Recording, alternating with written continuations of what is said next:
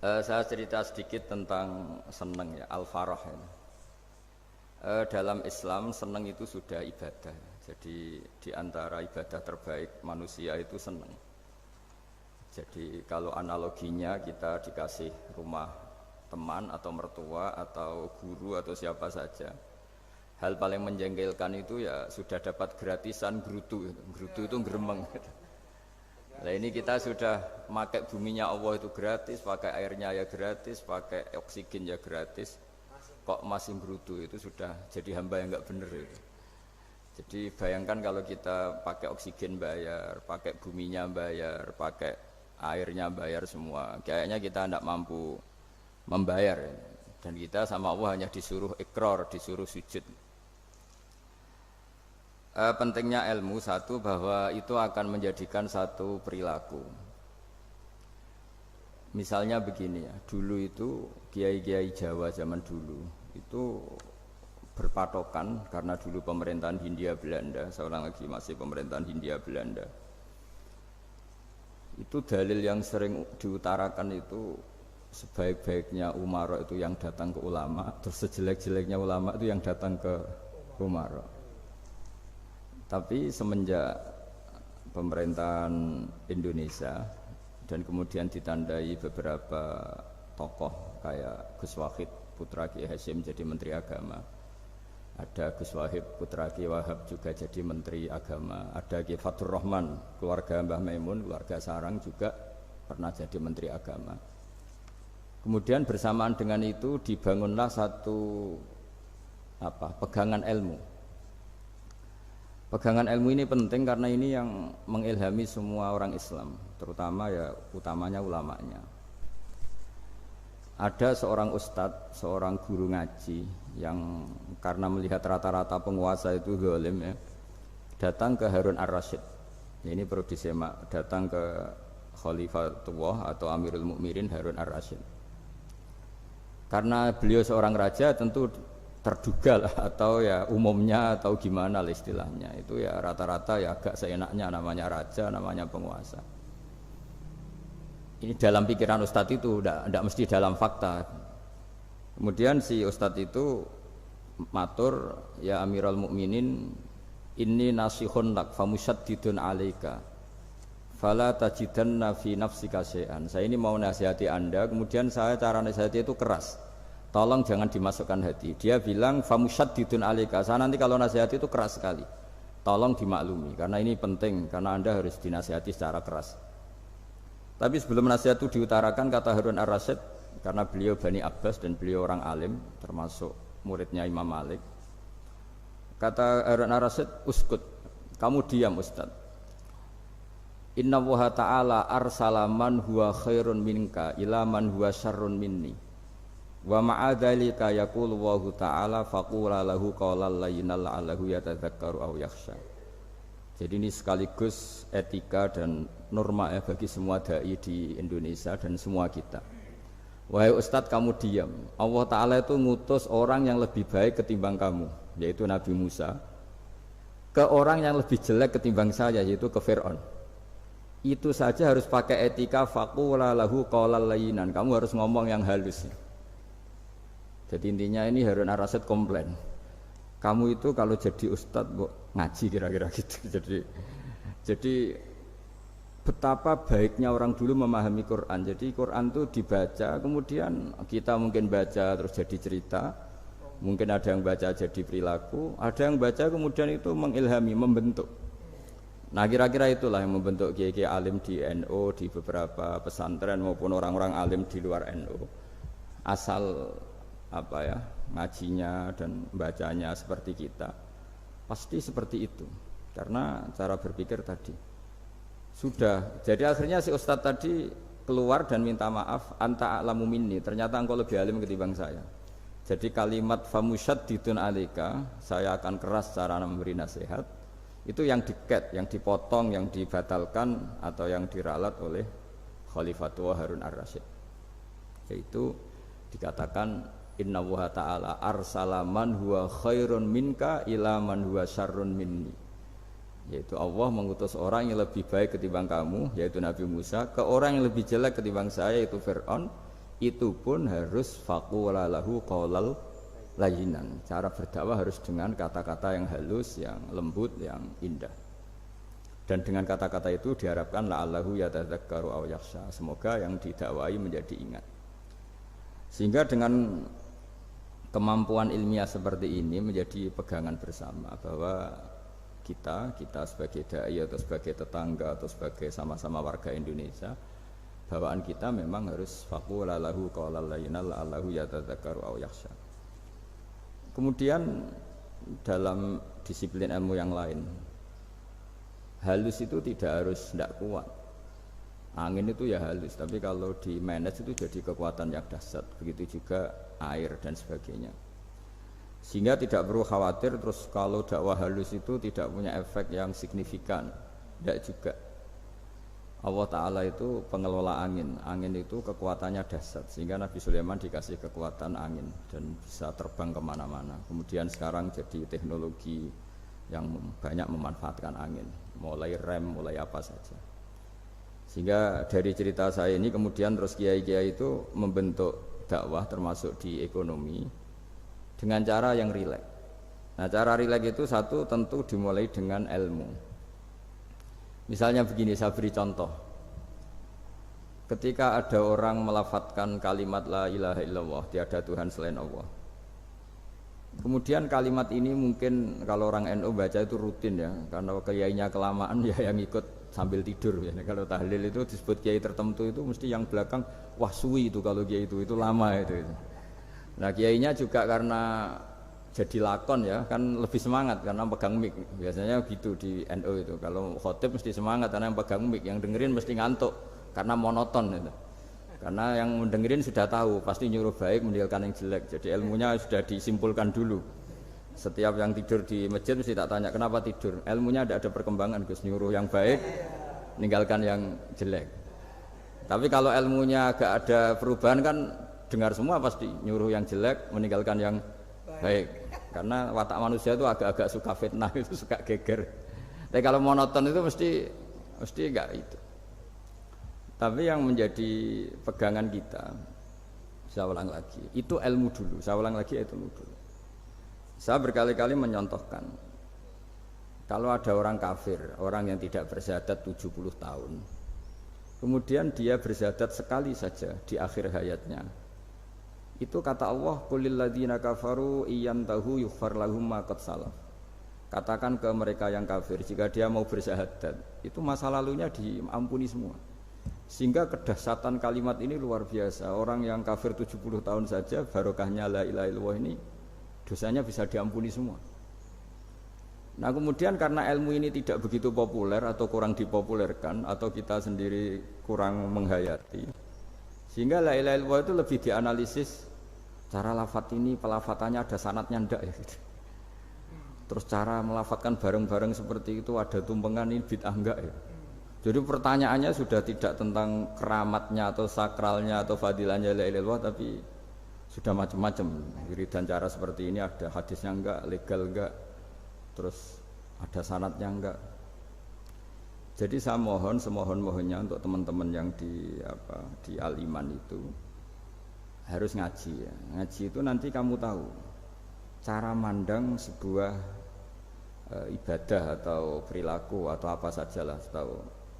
Karena al-ilmu yurisul ahwal, ilmu itu bisa mengilhami cara pandang.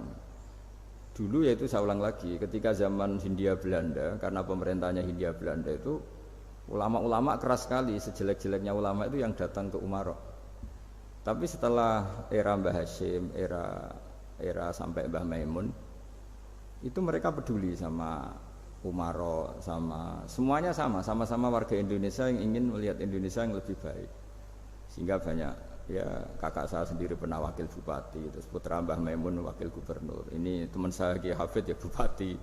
Semenjak itu terus dan itu nggak lepas dari cara pandang. Ya itu cara pandang diantaranya adalah cerita tentang Nabi Musa yang Allah tetap peduli sama Fir'aun. Sehingga tetap didakwai Nabi siapa? Musa. Dan posisi Musa datang bukan memanggil. Ya, cuma kayak sampai sekarang tuh belum pernah ke kantor bupatinya Pak Hafid, karena kadang-kadang orang terus curiga mengajukan proposal jadi agak repot. Ketemu bupati itu sialnya kiai kan mesti pikirannya orang bupati ini nyangoni, kiai ini disangoni itu terus kayak kita fakir miskin itu. Jadi makanya saya itu belum pernah datang. Tapi alhamdulillah karena beliau berambisi menjadi wa khairul umara mayatuna babal ulama. Jadi datang tapi sangat ambisius ingin mengalahkan ulama karena dia kalau datang statusnya lebih tinggi. Ya tidak apa-apa, ini tawaduk tapi niatnya enggak begitu tawaduk. Jadi datang. Makanya saya kemarin Yusuf Mansur pas datang, Pak Ustadz Yusuf Mansur saya datang harus sekali saja, kalau kedua kali ribet. Karena kalau beliau datang, dia punya status tawaduk. Lama-lama yang didatangi jadi takabur, saya jadi yang ahli neraka, dia ahli surga. Saya akan rugi dong. Hanya rugi, gue kehilangan teh, kehilangan kopi, beliau berstatus tawaduk, saya berstatus takabur kan repot. Makanya saya berharap jangan datang lagi karena jadi repot itu jadi repot kan. Padahal saya kalau disuruh datang ke Jakarta kayaknya ya berat, selain sibuk juga takut ganggu saya. Jadi saya sering ke Jakarta tapi ya tadi jarang ya, biasanya nganggarkan waktu hanya pas saja, tidak kurang tidak lebih. Biasanya ngajar di pondoknya Pak Kures itu di Baitul Quran ya, hanya ngajar santri-santri itu. Nah, jadi pemahaman Quran dulu itu kata Imam Ghazali, ini sekaligus karena ada Pak Ustadz Yusuf Mansur, itu membaca Quran itu membaca, bukan bercerita. Kalau kamu membaca seperti ini, kunta qori'an, kamu pembaca. Pembaca itu yang mengambil pelajaran. Tapi kalau kamu hanya cerita, itu namanya kunta hakian. Sebenarnya Anda tidak membaca Quran, tukang cerita. Misalnya tadi cerita Nabi Musa datang ke Fir'aun. Itu kalau kamu hanya cerita, wah dulu itu ada orang namanya Fir'aun didakwai Nabi yang namanya Musa. Ya ini namanya tukang cerita. Kalau kamu pembaca tidak gitu. Betapa baiknya Allah, orang sengawur Fir'aun saja inginnya Allah masih ingin diselamatkan dengan mengutus Nabi Musa kekasihnya. Itu namanya kunta qori'an, kamu pembaca betul, bukan kunta hakian, kamu tukang cerita. Begitu juga seterusnya tentang Quran, ayat-ayat seterusnya. Sehingga yang diharapkan dari pembacaan Quran itu memang kita sebagai ahli baca, ahli mu'tabir ya, ahli yang ngambil pelajaran, bukan tukang apa? Cerita. Sehingga dulu ketika Sayyidina Umar radhiyallahu anhu ketika membuka Baitul Maqdis atau Baitul Muqaddas dan diajak syukuran, pesta-pesta makan itu. Beliau enggak mau. Ketika ditanya kenapa engkau enggak mau, alasannya itu langsung beliau baca Quran. Jadi saya punya sekian contoh, saya ulang lagi, saya punya sekian contoh. Orang-orang dulu dengan Quran itu menyatu, bukan sekedar dihafal tapi menyatu. Sehingga bawaannya itu sudah Qurani, sudah Qurani. Saya beri contoh pertama Rasulullah SAW, nanti Umar kedua. Rasulullah itu pernah enggak makan sampai 3 hari. Terus ditanya oleh sahabat, lalu kekuatan engkau bisa hidup apa? Terus menghentikan al-aswadani, maksudnya itu tamar dan air, hanya makan kurma dan air. Tapi beliau tidak ketemu roti atau tidak ketemu nasi lah kalau orang Indonesia. Ketika hari ketiga dikasih makan oleh sahabat, dipotongkan kambing, kemudian baru makan 3 lukmah, kira-kira ya 3 asupan nasi, berhenti.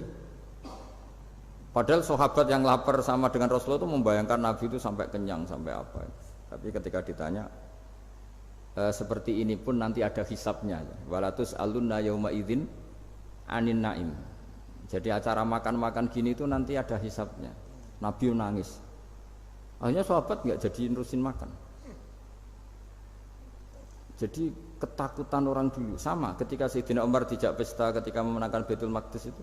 Inna wa ta'ala ayyara qauman. Allah itu mengkritik sebuah komunitas kaum karena apa? Adhabtum thayyibatikum fi hayatikum dunya wastamta'tum biha. Kamu adalah orang-orang yang jatah nikmat kamu sudah kamu habiskan di dunia. Adhabtum itu kalian habiskan jatah kenikmatan kamu di dunia. Wastamta'tum biha, kamu di dunia sudah berpuas-puas. Maka jatah Anda sekarang di akhirat habis. Sehingga Sayyidina Umar enggak mau pesta-pesta karena takut jatah nikmatnya habis. Kata beliau terus, astabqi thayyibati, akan saya sisakan sisi-sisi kebaikan saya supaya tidak habis. Corong Jawa itu aja dientek-entekno biar jatahnya masih. Sehingga di dunia kiai itu ya meskipun saya akrab bupati akrab mungkin wakil gubernur, saya itu ya jarang ketemu. Karena kalau orang Jawa bawaannya ketemu ya makan-makan, guyon-guyon. Nak keterusan ras mlebu swarga. Makanya saya pastikan Pak Yusuf Mansur kesini tidak akan saya jamin, biar aja, biar jatahnya masih. Jadi ini bukan karena saya bakhil, biar jatahnya masih. Ya, jadi itu ilmunya kiai. Nah, efek dari ilmu ini dahsyat. Kalau Anda berpikir tentang nasib Anda di akhirat, nanti bawaannya juga tidak akan mudah menyalahkan orang lain, tidak akan menghakimi orang lain karena sibuk dengan dirinya sendiri, tapi tidak dengan makna egois, tapi makna orang baik itu siapa? Orang yang sibuk dengan aib pada dirinya, dengan kekurangan pada dirinya, saking sibuknya mikir aibnya sendiri, tidak sempat mengoreksi aibnya orang lain. Itu awal ilmu. Ilmu itu tidak dimulai dari larangan. Kalau larangan karuan, tidak termasuk ahli surga orang yang suka mengadu domba, tidak termasuk orang baik yang cari kesalahan orang lain. Itu namanya pelarangan. Tapi ilmu itu di atas nahi, di atas pelarangan itu. Kamu punya kesadaran bahwa kamu itu yang penting selamat dulu, jangan memikirkan orang lain. Dengan makna bukan egois, tapi dengan makna supaya tidak menyalahkan orang lain. Nah, saya termasuk ya boleh dikatakan kiai lah, yang paling fanatik bahwa semuanya itu harus dimulai dari ilmu. Ya saya ulang lagi, dimulai dari ilmu. Nah, dari sini kemudian saya berharap Indonesia menjadi damai, menjadi baik. Itu bukan karena kita baik-baik banget, ya tidak mungkin kita ada nabi, tapi karena sudah sibuk dengan memikirkan kesalahan diri sendiri. Sehingga misalnya kita baca Quran, Rabbana dzalamna anfusana, lalu kita langsung ingat betapa hubungan kita dengan Allah itu harus ikrar dulu, merasa zalim dulu, merasa salah dulu. Nah, kalau semua orang merasa salah di depan Allah itu mesti bawaannya enggak mudah menyalahkan orang lain, karena kita bilang Rabbana dzalamna anfusana. Nah, itulah ilmu-ilmu yang mungkin banyak pembaca Quran tapi hanya baca, atau kalau baca ini tok disebut al-haqi, ahli cerita. Yang dibutuhkan tuh al-qari', pembaca kemudian mu'tabir, kemudian mau beriktibar. Seperti yang dilakukan tadi Harun Ar-Rasyid tadi. Inna wa ta'ala arsala man huwa khairun minka ila man huwa syarrun minni. Wa ma'a dzalika yaqulu wa ta'ala faqula lahu qaulal layyin. Ini kamu tidak usah memaksakan musyaddid keras sama saya, karena Allah Ta'ala telah mengutus orang lebih baik ketimbang kamu, yaitu Nabi Musa, ke orang yang lebih jelek ketimbang saya, yaitu Fir'aun. Itu saja harus beretika, faqula lahu qaulal layyinan la'allahu yatadzakkaru aw yakhsha. Dan alhamdulillah bawaan kita sebagai orang timur atau orang Jawa itu kalau mau ngandani orang itu halus sekali. Di antara bentuk kehalusan kata-kata diceritakan di ayat lain ketika Nabi Musa ketemu Fir'aun. Dawuhnya begini, fakul itu yang di juz 30, yang juz 30 ini yang bagian dari, kan tadi hanya fakul lahu qaulal layyinan. Lahu qaulal layyinan itu bentuknya apa? Ya, bentuknya apa? Itu Nabi Musa disuruh ngendikan sama Fir'aun. Apakah kamu mau saya nasihati? Fakul halaka ila antazakka. Halaka itu pilihan, hal itu istifham, laka itu otoritatif. Jadi betapa santonya kalimat itu, fakul halaka ila antazakka. Jadi kalau dimaknani model Pak Hafid, model saya ngaji di sarang itu, halaka onoto iku kedue sira, berhak bagi kamu, berhak bagi Anda, apakah Anda berhak loh mendapat nasihat supaya Anda jadi orang yang lebih baik. Halaka ila antazakka. Jadi tidak kalimat perintah, tapi kalimat pilihan. Apa engkau mau saya beri nasihat? Wahdiyaka ila rabbika fatakhsha. Dan saya beritahu kamu tentang Tuhan, dan kemudian kamu menjadi orang yang baik, fatakhsha, orang yang punya khasyah, punya. Jadi kayak apa kalimatnya itu? Napa jenengan kersa? Itu kalau orang Jogja, orang-orang daerah-daerah yang pada nyuguhi tamu itu kan, ayo makan-makan, itu kan kayak tamunya itu kelaparan. Masa Pak Yusuf Mansur kelaparan? Tidak mungkin kan. Masa Ustaz terkenal kelaparan kan tidak mungkin itu. Monggo napa jenengan ngersakno. Karena bisa saja tamunya itu tidak kerso, mungkin karena darah tinggi, mungkin karena takut dianggap fakir miskin, macam-macam kan orang tidak. Itu kalimatnya itu halaka ila anta zakka. Kayak apa indahnya dakwah. Halaka ila anta zakka. Itu ada kata laka itu ya terserah jenengan mau enggak. Wa ahdiyaka ila rabbika fatakhsha. Nah, itu yang disebut membaca. Kunta qari'an la hakian. Anda benar-benar membaca Quran, bukan sekadar pencerita. Nah, kemudian ini yang terakhir saya juga baru, sebenarnya saya itu nggak pernah bilang sanggup itu, tapi Pak Ustadz Zakaria itu GR terus sampai tadi pagi itu saya belum tahu kalau ada acara ini. Ya karena saya kiai, jadi kalau kiai itu kan ingatnya sama Allah saja, kalau sama manusia itu rontok-rontok lali gitu. Itu bukan memaksa, ya memang lupa. Sejauh mana sih pentingnya manusia, kan tidak penting cara ilmu tasawuf itu. Tapi karena ini titipan Rasulullah SAW terus menjadi penting kan. Dititipi umat kayak jenengan itu ya sudah ngaji ngatur kiai ribet itu. Kiai ini biasa ngaji kan, kiainya yang ngatur, santri ini enggak. Pak Yai ngaji tanggal ini jam ini. Itu kan mengabaikan semua aktivitas kiai. Padahal jam ini mungkin saya punya jam. Mungkin jalan-jalan atau ngaji atau mutolaah atau munajat, gara-gara Pak Zakaria ini kan terus Mas Tamam ini yang provokasi. Harus ngaji di jam ini, tema ini. Saya itu kalau ngaji ditentukan tema itu, ini memang saya agak keras di bab ini. Itu kayak ibarat gini loh. Saya ini dokter, kemudian ada orang yang sakitnya itu jantung, terus bilang ke saya, Pak dokter sembuhkan kukul saya. Wong penyakit ekstrimnya itu jantung, kok bila disembuhkan apa? Kukul. Kan gak penting, sembuh tidak sembuh, kukul itu kan gak penting. Jerawat itu. Kiai itu tahu kesalahan paling fatal manusia itu akidah. Tapi kadang-kadang mintanya ilmu yang tidak akidah, yang gak penting. Jadi kadang-kadang kiai itu ya digurui betul kalau di Indonesia itu. Misalnya ini tidak nyindir loh, memang marah betul kalau di bab-bab seperti ini. Tapi ini biar jadi ilmu masif, ilmu yang general. Saya ulang lagi ya, Anda jadi dokter, tahu pasien Anda ini penyakit jantung kronis atau sudah fatal lah sudah. Terus orang itu bilang, Pak Yai, itu Pak dokter, tolong obati kulit saya supaya tidak jerawatan. Kamu bilang ini orang aneh enggak? Aneh kan? Nah, kiai juga gitu. Saya sering itu ada orang mau haji gitu. Gus doain saya jadi haji mabrur. Pernah belajar haji, Pak? Dereng. Mungkin enggak orang belum belajar nyupir terus kemudian minta didoain, Gus saya mau nyupir doain selamat. Mau nyupir aja enggak bisa kok minta doa selamat. Harusnya urutannya kan belajar dulu baru minta doa. Tapi kali ini aliman bener ngajaknya akidah dulu, ahli sunnah kan. Nah itu bener karena akidah itu hal yang prinsip memang harus. Kalau kebetulan nggak bener tak revisi betul. Untungnya kalau temanya bener. Jadi saya mohon ke seluruh orang-orang yang mau ngaji ke kiai itu tema itu biar yang milih kiai supaya tahu prioritas yang harus benahin. Jangan tema yang kita yang milih. Jangan-jangan tema yang kita pilih itu tidak mendesak atau tidak penting. Ini bukan apa-apa. Ini saking ingin baik saya ya, keinginan baik saya supaya dulu zaman sahabat ya gitu. Kalau ada pertanyaan salah sama Nabi dibenerin, cuma Nabi terlalu bijak. Cara benerin tuh enak. Kalau saya karena tidak Nabi saja ya agak-agak kasar kan. Kalau tidak Nabi tidak wajib bener terus. Yang wajib bener terus itu Nabi. Saya beri contoh ya. Nabi itu ngendikan tentang kiamat. Kiamat itu dahsyat, mengerikan gini-gini.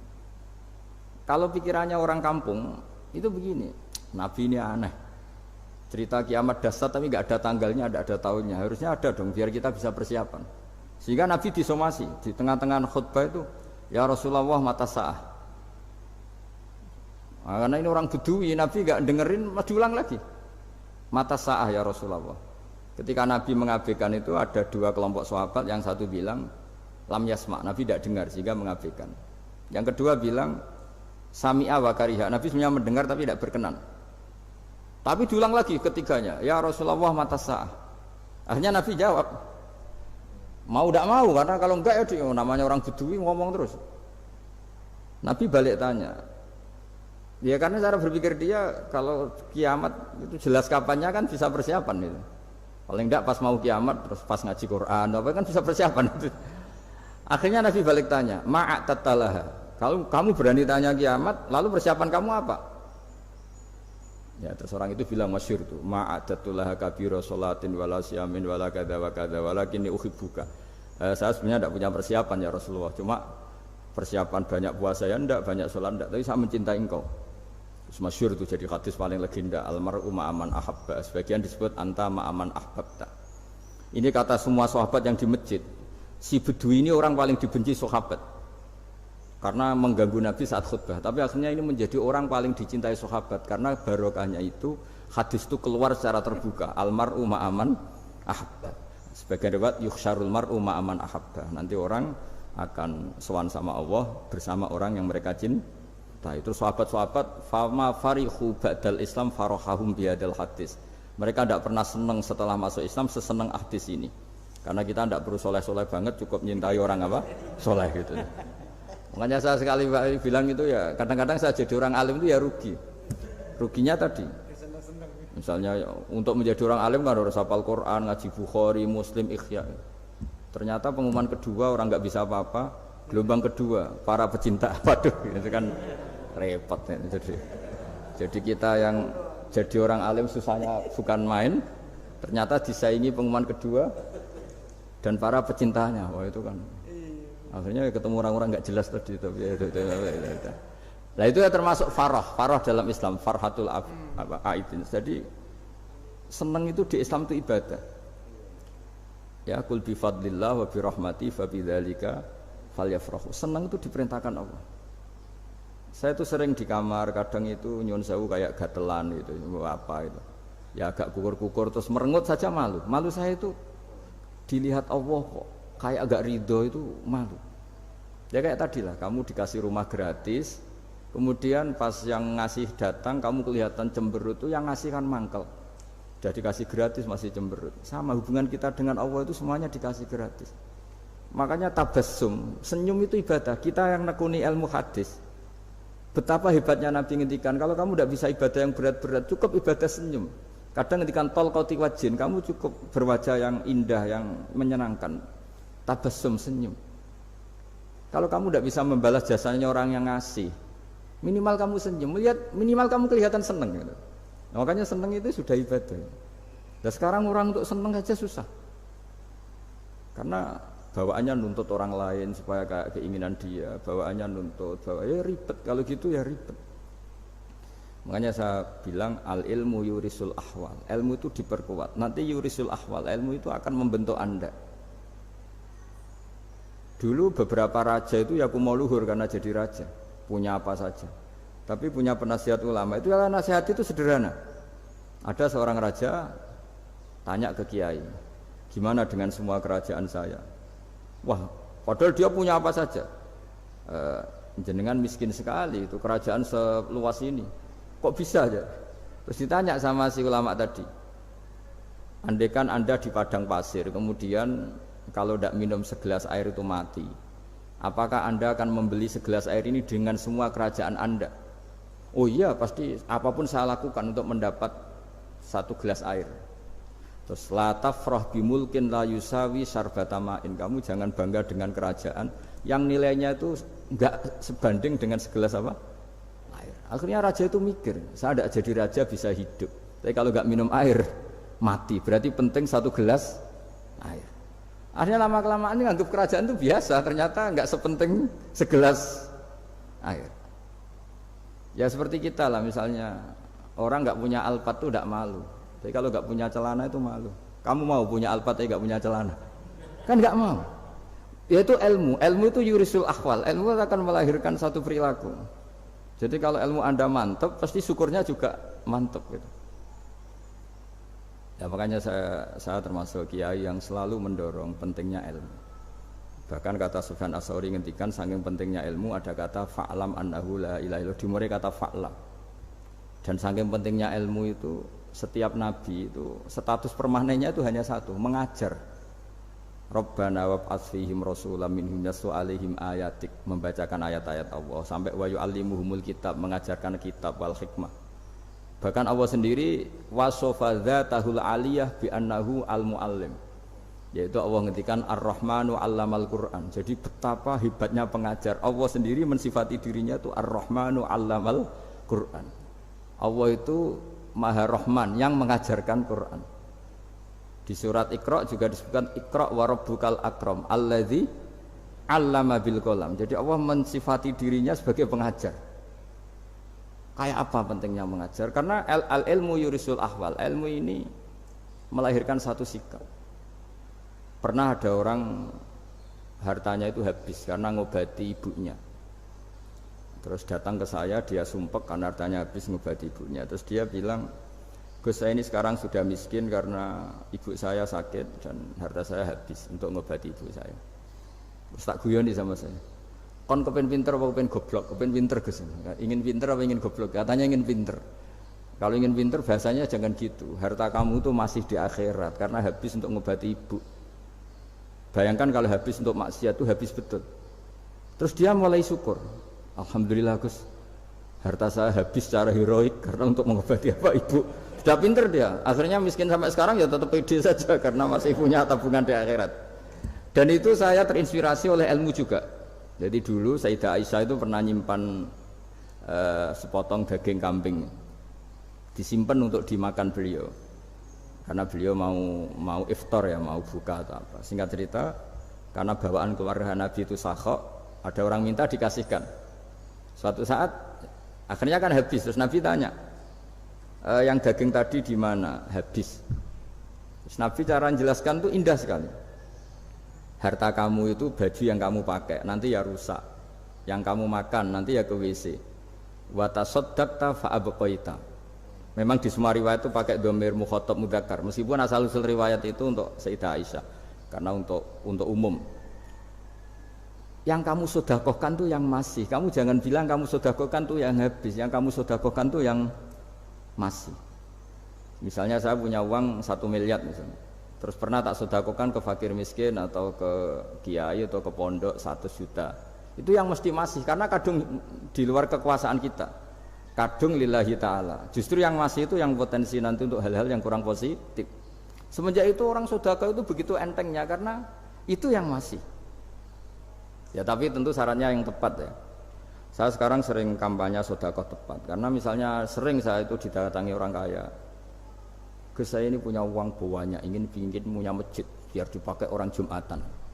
Terus saya bilang, kamu ingin jadi orang baik betul apa baik versi Anda? Baik betul Gus. Tak ajarin mau, gak tersinggung, mau Gus. Kalau Anda bikin masjid di kampung Anda, masjid terbaik di dunia sekalipun, yang bingung saya ahli fikih. Kok bisa Gus? Kan terjadi 2 Jumatan, nanti sahnya yang mana? Kamu enak aja bikin masjid kan? Kamu bikin masalah baru bagi kiai fikih di daerah kamu. Belum nanti orang terus migrasi ke masjid Anda karena lebih baik, koriknya lebih baik. Kamu membunuh masjid yang lebih tua, itu nggak sopan sekali, masjid itu sudah lebih tua kamu. Akhirnya mikir, nggak usah Gus kalau gitu, sedekah apa saja yang penting perintah jenengan gimana. Ya sudah. Jadi sedekah itu juga harus dibina supaya kalau orang kan bisa saja kan uang 100 juta itu untuk fakir miskin manfaat, ternyata untuk masjid yang sifatnya aksesoris, untuk lampu yang kristal yang mahal-mahal bukan yang pokok. Itu pentingnya ngaji ya. Jadi lagi-lagi al ilmu yurisul ahwal. Ilmu itu melahirkan satu sikap. Jadi ketika ada masjid baru, kalau orang nggak bisa ngaji fikih, wow ada masjid baru, masjid banyak. Tapi kalau yang ngaji fikih ngerti ini malah ada masalah baru karena ada ta'dudul Jumatan, gimana hukumnya 2 Jumatan dalam kondisi yang tidak mendesak. Makanya sekarang saya baru kampanye itu. Dulu itu kalau ada masjid banyak itu kan faktornya beda ormas, beda pemahaman atau agak jauh, masih hukum sosial atau bawaan kondisi. Misalnya di dekat UGM itu ada masjid kampung pertama, bawaan masjid karena ada kantor besar atau bawaan ada pabrik besar atau ada sekolahan besar. Tapi sekarang itu ada pertanyaan baru, ada masjid baru karena ada orang kaya ingin bikin masjid, itu gimana itu hukum? Nah, tapi kalau orang tidak nekuni fikih itu ya langsung wah bagus untuk bangun masjid. Bagus piye kene sing kangelan memfikihkan tadi. Nah itu ilmu. Jadi kalau yang tidak nekuni fikih itu ya tidak tersiksa, tapi yang nekuni fikih itu pasti tersiksa karena seperti itu tadi. Ya jadi saya mohon di antara cara kita dakwah secara damai itu dimulai dari Rabbana zalamna anfusana. Itu pakai Nabi di redaksinya diganti dengan makna supaya kita per individu matur Allah apa ini zulam tu nafsi zulman kabiron kafiron. Nah bawaannya orang mengaku dolim, mengaku salah itu kan sudah tidak sempat mikir salahnya orang apa lain. Dan dari sini kemudian dia jadi orang yang tawadhu, yang ubudiyah, yang macam-macam. Sehingga Nabi ini bukan dianggap ya, pasti penjelas terbaik. Terus Allah meredaksikan wa ma tuqaddimu li anfusikum min khairin tajiduhu indallah. Apa saja kebaikan yang kamu sudah berikan untuk Allah sampai akhirat itu ya pasti kamu temukan di akhirat. Terus yang terakhir saya beri contoh orang peminta-minta, sa'il. Itu Sayyid Ali Zainal Abidin kalau ada orang minta-minta terus dikasih, misalnya dikasih ya 100.000 atau 50.000 atau 10.000 sesuai kemampuan yang memberi, itu marhaban biman hamala zadi ilal akhirah. Saya terima kasih ya, gara-gara kamu minta uang saya jelas sudah sampai akhirat. Coba kalau di rumah bisa saja untuk hal yang tidak positif. Jadi bawaannya itu cara pandang itu rubah. Jadi sebenarnya kalau kita ngasih uang di masjid, ngasih kiai atau ngasih fakir miskin, ya uang itu yang masih, bukan yang habis.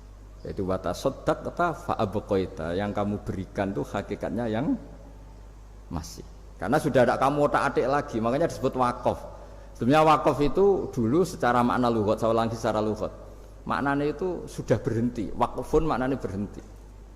Nah sedekah itu dari kata sedekah maknanya benar. Orang yang sering sedekah berarti imannya benar. Orang yang uang sudah diberikan berarti dia sudah terputus, wakaf berhenti dari hubungannya dengan dia. Sudah dikasihkan berarti selesai. Sehingga wakaf dan sedekah itu sebenarnya maknanya saling melengkapi. Kemudian orang-orang fikih karena ada disiplin ilmu tertentu, wakaf itu untuk sedekah yang permanen, yang abadi, kemudian sedekah untuk infak. Tapi itu kan hanya istilah-istilah dalam disiplin ilmu. Sebetulnya kalau pakai ilmu yang umum, sedekah ya bisa disebut wakaf, wakaf ya bisa disebut apa? Sedekah. Karena maknanya sedekah itu wakaf. Wakaf itu apa? Qat'u raqabatil malik an hadal mal atau an mali. Hubungan pemilik harta ini terputus dari harta itu. Jadi misalnya saya sudah wakaf tanah ini ke masjid, sudah diterima. Mbok saya kepikiran gadekan atau menjual sudah tidak bisa, sudah berhenti di situ saja hubungan saya dengan kepemilikan harta itu. Makanya disebut apa? Wakaf. Dan kalau saya wakaf berarti menunjukkan kebenaran iman saya karena sudah menafkahkan sebagian harta untuk Allah Ta'ala. Disebut sodik, sodak. Makanya bahasa Arab itu gampang ya, kalau sodal qaf, sodako. Orang kalau bayar mahar disebut sodak karena menunjukkan cintanya. Teman yang setia disebut sodik karena ya benar dalam berteman. Abu Bakar disebut as-siddiq karena sangat membenarkan kanjeng Nabi dan seterusnya dan seterusnya. Ya jadi semoga ayat tadi, dan saya mohon maaf karena ya memang saya kalau ngaji ya alami seperti ini, tapi insya Allah barokahnya alami itu menjadi ikhlas, tidak tasonnuk, tidak riya, tidak tebar pesona kalau dalam bahasa itu. Yang jelas saya inginlah bahwa ayat yang saya baca tadi benar-benar jadi pegangan bersama. Faqula lahu qawlan layyina la'allahu yatadzakkaru aw yakhsha. Saya mohon maaf. Assalamualaikum warahmatullahi wabarakatuh.